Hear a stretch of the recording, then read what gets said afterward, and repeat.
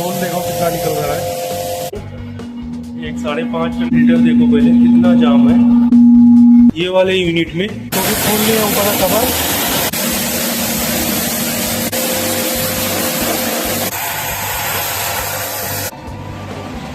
देखिए अंदर पानी में है मिट्टी, वो निकल